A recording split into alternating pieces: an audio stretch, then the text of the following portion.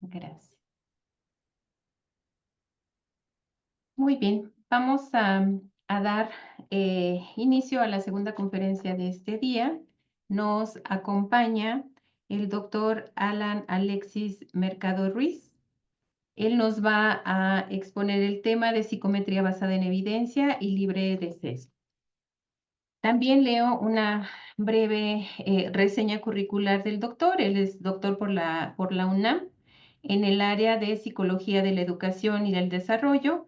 Su línea de investigación principal son los factores personales y psicosociales asociados al éxito académico de estudiantes universitarios. Es profesor de la carrera de psicología de la Facultad de Estudios Superiores Zaragoza en las áreas de metodología, investigación y educación. Ha colaborado en diversas líneas de investigación financiadas enfocadas a la evaluación curricular, la titulación, el desarrollo de escenarios educativos digitales y el desarrollo de competencias morales en universitarios. Esto en conjunto con la Universidad de Barcelona. Su producción científica incluye capítulos de libros de educación, dirección y asesoría de tesis de licenciatura y artículos en revistas internacionales indexadas. Actualmente se desempeña como secretario técnico de la carrera de psicología de la FES Zaragoza.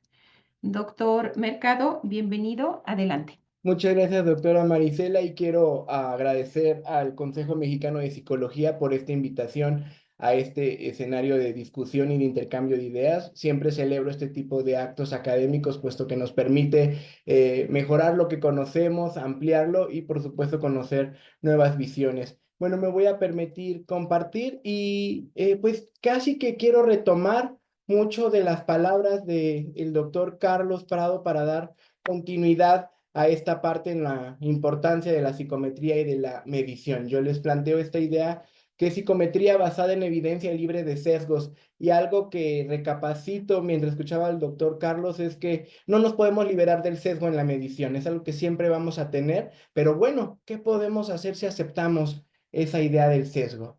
Muy bien, pues por una parte, pues hablar de la medición en psicología. Esta es fundamental para la práctica profesional del psicólogo y cada vez debido a los cambios sociales y culturales de la población es algo que toma un rol más importante. Por lo tanto, es importante que nosotros como psicólogos entendamos cuáles son las propiedades que afectan la calidad de las mediciones en psicología, es decir, cuáles son aquellos elementos que pueden generar cambios en nuestras mediciones y hagan que nos alejemos de una medición lo más objetiva. Y pues bueno, como psicólogos es importante que tengamos estos conocimientos para evaluar instrumentos psicológicos, ¿no? En términos de ser críticos al momento de aplicarlos, saber que cuenta con las características psicométricas adecuadas para poder aplicarlo, ¿no? Eso es muy importante en la psicología. Y retomo lo que mencionaba el doctor Carlos hace un momento. ¿Por qué los psicólogos debemos saber de psicometría? Por las decisiones que tomamos, ¿no? Retomando a lo mejor como psicólogos clínicos el aplicar alguna prueba de evaluación psicológica, en psicólogos escolares aplicando alguna prueba de aptitud a los estudiantes, alguna prueba de alguna habilidad cognitiva, o en la parte de contrataciones en recursos humanos, alguien que solicita un empleo o alguna prueba que tenga que ver con alguna promoción, llenar un inventario, etcétera, etcétera. Es decir, como nosotros como psicólogos aplicamos esas pruebas y es muy importante que tengamos conocimiento de ellas y que sepamos que cumple con las características de psicometría básicas, puesto que a partir de ello vamos a tomar decisiones y como lo mencionaba hace rato el doctor Carlos, esas decisiones de no estar basadas en un análisis de datos correcto, podemos causarle daño a las personas, ¿no? Y bueno, pues también hablar de cuando medimos, ¿no? Pues cuando medimos hay que plantear que nosotros medimos personas, ¿no? Y se los decía al inicio, toda medición va a llevar un sesgo, ¿no? A lo mejor si en algún momento yo tomo una regla para medir el monitor de mi computadora, pues a lo mejor el cómo sostengo la regla, si la sostengo más vertical, más horizontal, a lo mejor si estoy temblando, eso puede hacer que la medición varíe algunos milímetros, ¿no? Y bueno, ahora, y eso imagínense que estoy hablando de un objeto físico, como lo puede ser el monitor de mi computadora. Pero ¿qué pasa cuando estamos midiendo variables latentes en las personas, ¿no? Pues se vuelve aún un poco más complicado. Y algo que tenemos que entender es que siempre que midamos a las personas vamos a tener variabilidad. Siempre va a haber variabilidad. Afortunadamente va a haber variabilidad en el mundo todo lo que midamos va a variar. ¿Y eso qué permite? Pues lo que conocemos, ¿no? Como esta curva normal, ¿no? Por ejemplo, si yo mido inteligencia, por supuesto que tendré a pocas personas con altísimos grados de inteligencia, a pocas personas con bajísimos grados de inteligencia, y el resto de la población o el grueso de la población se colocará en el medio, ¿no? Eso es lo bueno de la medición. Siempre vamos a asegurar que nuestros datos varíen. Pero bueno, esa variación a dónde nos lleva, ¿no? O qué podemos hacer si sabemos que siempre va a haber diferencias individuales y que esos datos siempre van a variar de persona a persona. Pues bueno, tenemos que aceptar esa idea, ¿no? Aceptar que hay variabilidad de los datos. Y por retomar a alguien en la historia, yo les cuento muy rápido de un tal Francis Galton, por allá de 1800. Pues Francis Galton fue antropólogo, geógrafo, explorador, inventor, metodólogo, biólogo, estadística y psicólogo, eugenésico. No todo podía ser tan bueno, pero algo que nos deja Francis Galton es la teoría clásica de los test, que a pesar de ser una teoría, pues ya que tiene más de 200 añitos esa teoría, tiene muchos puntos importantes a considerar, ¿no? Y en esa teoría de la clásica de los test parte de un supuesto muy sencillo, pero a mi parecer algo que nos puede dejar mucho a reflexionar. Francis Galton plantea que no es del todo 100% posible llegar a medir algo de manera 100% perfecta. No podemos medir algo de manera totalmente segura de que estamos midiéndolo tal cual es. ¿Por qué? Porque esos puntajes reales, ajá, esos puntajes reales en realidad están compuestos por la medición observada. ¿Qué es la medición observada? Lo que yo obtengo, lo que yo veo, ¿no? Lo que yo con mi instrumento, el puntaje que obtengo con un instrumento, el puntaje que obtengo con una regla, eso es lo observado, pero siempre va a involucrar un error. Y la suma del error y del puntaje observado va a ser lo más acercado al puntaje real. ¿Y qué es esto del error? Son las características individuales y aleatorias que ocurren en todo momento, ¿no? Como les decía hace rato con la regla, a lo mejor estoy temblando, a lo mejor no sostengo la regla de manera adecuada, pero piensen a lo mejor en una escala psicométrica que nos aplican. Ese día estábamos de malas o ese día no fue muy bien. Es decir, esas características individuales van haciendo que nuestros datos varíen, ¿no? Entonces, si nuestros datos siempre van a estar variando, pues, ¿qué podemos hacer? Pues aceptar que nuestros datos siempre van a tener un error de medición. Aceptar el error de medición, pero bueno, ya que lo aceptamos, ¿qué hacemos con ello, no? Ya que hablo de uno de los, voy a hablar de 3 tipos de sesgo en la medición y cómo lo podemos controlar, cómo lo podemos estandarizar para que no nos afecte nuestras mediciones, ¿no? Por un lado, el error de medición en la muestra. Siempre va a haber, en nuestras muestras, siempre va a haber error en la medición. Y bueno, la idea o lo esperado siempre va a ser que el error siempre se dé de manera aleatoria. ¿Por qué? Porque si se da de manera aleatoria, va a haber una mayor tendencia a que los datos tengan una distribución normal. Sin embargo, si el error es sistemático o es extremo, en vez de asegurar una curva normal, lo que va a hacer es sesgar nuestros datos, ¿no? Y entonces tendremos un problema. Entonces aquí en la primera parte del error de medición por muestra, pues es eso, buscar y aceptar que va a haber variabilidad de nuestros datos en nuestra muestra, pero buscar que este error sea aleatorio y no sistematizado. Un ejemplo de esto, ¿no? Les digo aquí, un orientador educativo quiere conocer el promedio de gastos diarios de los estudiantes para implementar un sistema de becas. Para ella le pregunta a un grupo de estudiantes, ¿con cuánto presupuesto cuentas en un día normal para venir a la escuela, ¿no?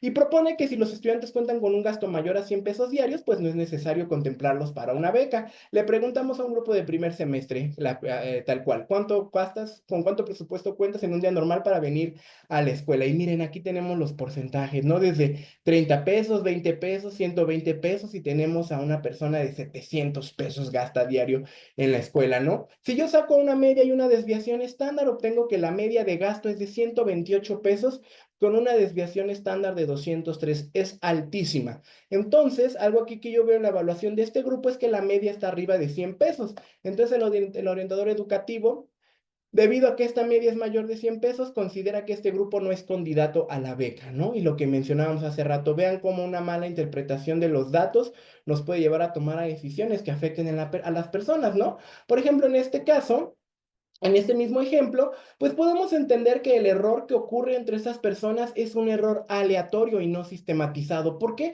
Porque depende de muchas cosas que no son repetidas en las personas y que pueden ocurrir y no podemos controlar. Por ejemplo, A lo mejor eso gasto tiene que ver por el lugar donde vive, porque trae comida de casa, por el transporte que ocupa, por el ingreso familiar. Son variabilidades que van a ocurrir en todos los sujetos, ¿no? Pero ¿qué pasa con Leti? Pues Leti es un error extremo sistemático. Entonces, en el caso de Leti, el ingreso familiar se encuentra muy por encima del promedio. Entonces, aquí tenemos un momento en el cual este error de los datos, esta dispersión de los datos, no está siendo aleatorio, sino que se vuelve extremo. Entonces, ¿qué tendría que hacer este orientador educativo? Pues si toma tal cual la tabla como va, pues vamos a decir que la media, el promedio de los estudiantes de primer semestre gastan 128 al día con un rango de más o menos 203 pesos, ¿no? Esa es una primera conclusión. Pero ¿qué pasaría si este orientador saca a Leti de la muestra, ¿no? La recontextualiza tal vez en otra muestra, hace que los datos se contextualicen, es decir, controla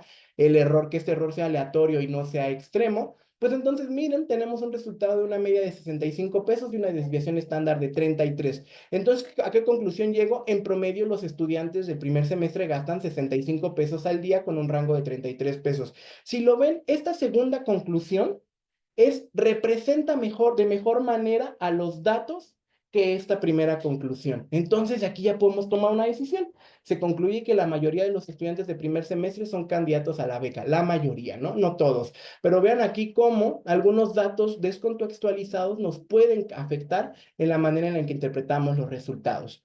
Otro tipo de error que tenemos en la aplicación de las pruebas psicométricas tiene que ver con el compromiso de la persona evaluada, ¿no? Es necesario que consideremos cuando aplicamos pruebas si la persona se comprometió contestando el cuestionario, leyó detenidamente las preguntas, contestó de manera congruente y tomándose su tiempo para leer y reflexionar las respuestas. Muchas veces solo los aplicamos o ahora que los aplicamos en línea no sabemos de qué manera la persona está contestando, si solo contesta por contestar, ¿no? Esta imagen me gustó mucho, la tomé de Google, pero ejemplifica muy bien aquí. Un niño se ve que está muy atento, muy concentrado leyendo la prueba y otro aburrido, ¿no? Así como de ahí te contesto y ya ahí está tu resultado, no, no me molestes más. Entonces, bueno, ¿qué nos va a servir para identificar cómo es que se dieron esas respuestas? Pues también comprendiendo el constructo teórico que estamos midiendo. Es muy importante en psicometría que no solo nos vayamos a los números y a los datos duros, sino también tengamos mucha claridad del constructo psicológico que estamos midiendo, porque eso nos va a ayudar a comprender de manera más eficiente nuestros datos, ¿no? Otro ejemplo en ese tipo de error de medición, por ejemplo, tengo aquí una subprueba de la escala de motivación académica. Esta escala se llama orientación al rendimiento, ¿no? Y coloco la definición porque es importante que ahorita para la explicación que vamos a dar, ¿no? Este subconstructo de la escala se define como la aproximación en que los estudiantes centran su atención en la acreditación de las tareas, en la evaluación y el reconocimiento social, ¿no? Entonces yo quiero aplicarle esta escala a un grupo de estudiantes para ver cómo anda ahí su orientación al rendimiento y tengo aquí los ítems que construyen la escala. Trato de mostrar a los profesores que soy más inteligente que mis compañeros, me motiva a pensar que voy a superar a otros compañeros en mi clase, considero que tengo éxito cuando soy el que obtiene mejores calificaciones, ¿no? Estos construyen un constructo teórico. Y bueno, aquí tengo las puntuaciones de Itzel, Fabiola, Antonio, Andrés, Rubén y Eduardo, ¿no? Entonces veo aquí lo que fueron puntuando. Y bueno, como yo ya sé que las opciones de respuesta de la escala son del 1 al 5, pues entiendo que mientras su media se acerque más a 5, mayor orientación al rendimiento tendrá, y mientras esté pegado a 1, menor orientación al rendimiento tendrá, ¿no? Entonces yo aquí tengo las evaluaciones de estas 6 personas, ¿no? Y podemos ver que hay puntajes medios, ¿no? De 2.6, 2.8, de 3, a lo mejor un puntaje bajillo como el de Rubén, o puntajes más altos, tal vez como el de Fabiola y como el de Andrés. Pero ojo, ¿no? Aquí también me tengo que preguntar cómo es que contestaron las personas, de qué manera es que hicieron este procedimiento y hacer una revisión un poquito más profunda de los casos, ¿no? ¿A qué voy con esto? Que no solo voy a evaluar un promedio de sus respuestas, también tengo que ver cómo está viendo el comportamiento de estas respuestas. Y lo puedo ver a veces de manera visual, ¿no? Miren cómo va variando: 2, 4, 3, 2, 3, 5, 3, 4, 5, 4. Hay variabilidad en las respuestas, que es algo que espero.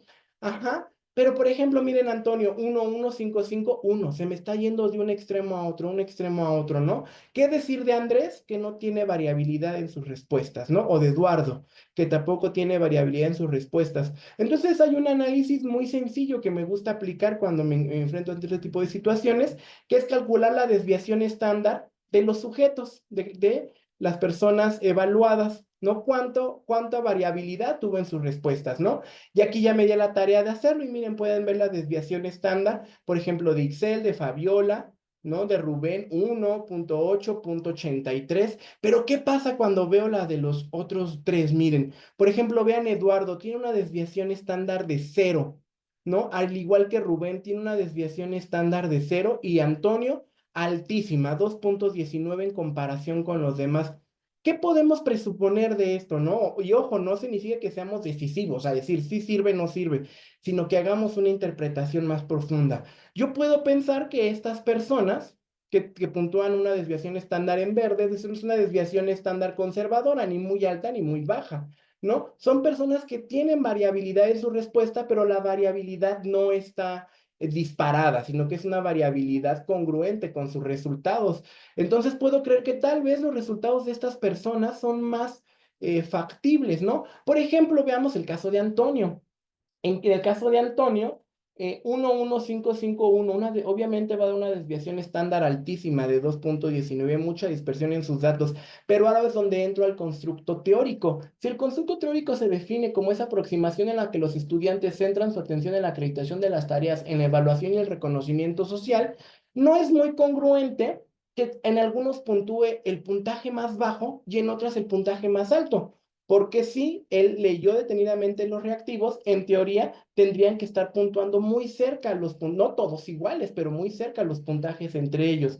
Entonces, si por una parte dice, trato de demostrar al profesor que soy más inteligente que mis compañeros, y ahí dice que 1, pero luego me motiva que voy a superar a otros compañeros, dice que es 5, si se dan cuenta, teóricamente son muy parecidos los reactivos, pero en uno puntúa 1, en otro puntúa 5, entonces, ¿qué concluimos? Esta persona leyó nada más, no leyó y contestó tal cual como quiso. A lo mejor tal vez con Eduardo, Eduardo estaba aburrido y no generó variabilidad, todo 3, 3, 3, 3, 3, 3, 3 y vámonos, ¿no? También es algo a tomar cuidado aquí, entonces tal vez estas personas no las tomamos en cuenta. Ya casi para ir concluyendo, otro error de medición que podemos tener es el efecto piso-techo. ¿Por qué? Pues tenemos que procurar que nuestros instrumentos que ocupemos tengan variabilidad de los datos, que las personas se puedan distribuir a lo largo de la curva desde puntajes bajos a puntajes más altos. Habrá personas que puntúen alto, bajo, medio, pero que se puedan distribuir, ¿no? Si ahorita les pregunto del 1 al 10 qué tan contentos se encuentran hoy, algunos me dirán que 10, otros que 1, otros que 5, pero eso se pueden distribuir. ¿No? ¿Qué pasa cuando no? Les coloco este ejemplo. Un reclutador coloca en sus pruebas de reclutamiento con el objetivo de conocer la disposición de candidatos e incorporarse al equipo de trabajo presenta un ítem con una escala del 1 al 5. La pregunta es, ¿tengo disposición para integrarme al equipo de trabajo en esta empresa? Ajá, de 1, nada dispuesto, 5 totalmente dispuesto. Se lo aplica a 50 candidatos y cuando tiene resultados, se da cuenta que el 90% de los resultados o de los datos se fueron a totalmente dispuesto. Por supuesto, ¿no? Entonces, ¿qué concluyo? Existe error de medición sistemático en la pregunta. ¿Por qué? Por un sesgo de deseabilidad social y, por supuesto, un efecto techo. ¿Ok? Ese es otro tipo de error. Entonces, ¿qué retos nos implica para nosotros en la psicología aplicar estas pruebas? Pues por una parte, la reactividad de los participantes. Muchas veces al saberse evaluados, pueden cambiar un poquito sus formas, ¿no? La expectativa y sesgo de quienes miden. Nosotros al medir tal vez tengamos ciertas ideas de lo que esperamos. Puntajes completos, que a veces no solo es el puntaje que obtienes en una escala, sino el puntaje que obtienes en muchas. Y la sensibilidad del puntaje, que el puntaje sea suficiente para que la persona se pueda colocar a lo largo de la escala. Y que no tengamos información psicométrica importante, entonces que eso nos lleve a aplicar escalas sin criterio o sin poderlas discernir de las buenas de las malas. Me salto esta solo para irme a mis conclusiones. Entonces, a manera de conclusión, plantear que el significado y la calidad del puntaje de una persona tiene que estar enmarcado en el contexto, ¿no? Y teniendo en cuenta la capacidad que tiene el instrumento para detectar las diferencias entre los individuos. Como psicólogos, eso es lo que buscamos. También, antes de analizar o interpretar resultados, es necesario, y si lo pongo entre comillas, limpiar la base de datos. Y esto limpiar no es borrar solo casos por borrarlos, es ubicar los datos a donde van, contextualizarlos en ciertos momentos. A lo mejor tomo una parte de mi muestra y la contextualizo a donde le corresponde para evitar que se sesguen, con el primer ejemplo. Y esto es muy importante y con este cierro. Si las personas difieren entre sí, es decir, que haya variabilidad de medición entre las personas, entonces vamos a asegurar una obtención de información útil. Por mi parte sería todo. Muchas gracias. Muchas gracias, doctor. Realmente muy claro todos los conceptos. Esperamos generar mucha conversación entre los asistentes. Muchísimas gracias. Gracias a ustedes.